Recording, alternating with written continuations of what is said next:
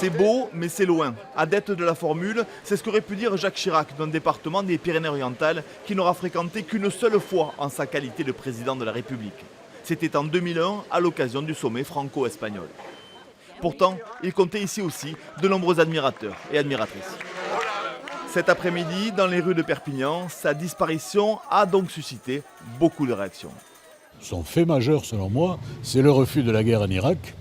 En tant que chef d'État, la reconnaissance de la responsabilité de la France pour les Juifs.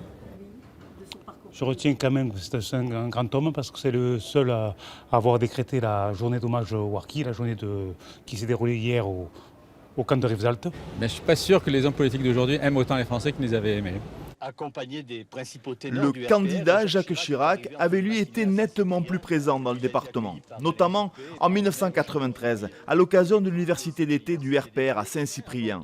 Puis, un peu plus tôt, pour soutenir les futurs députés catalans impressionnés par cet animal politique. Et il est venu au marché République où il a serré des mains. On aurait dit qu'il avait mis les mains en même temps. Il se promenait dans les États, il disait il faut voter pour Calvé, Bascou, Barat, etc. Et il connaissait tous les élus, c'était extraordinaire. À l'occasion de ce passage en pays catalan, il avait rencontré un certain Jean-Claude Méry. Ce dernier, financier occulte du RPR, avait pour grand projet de bâtir dans la baie de Polille une immense marina avant de se heurter à la résistance d'habitants de la Côte-Vermeille. Une affaire abracadabrantesque, pour reprendre la célèbre expression de l'ancien président.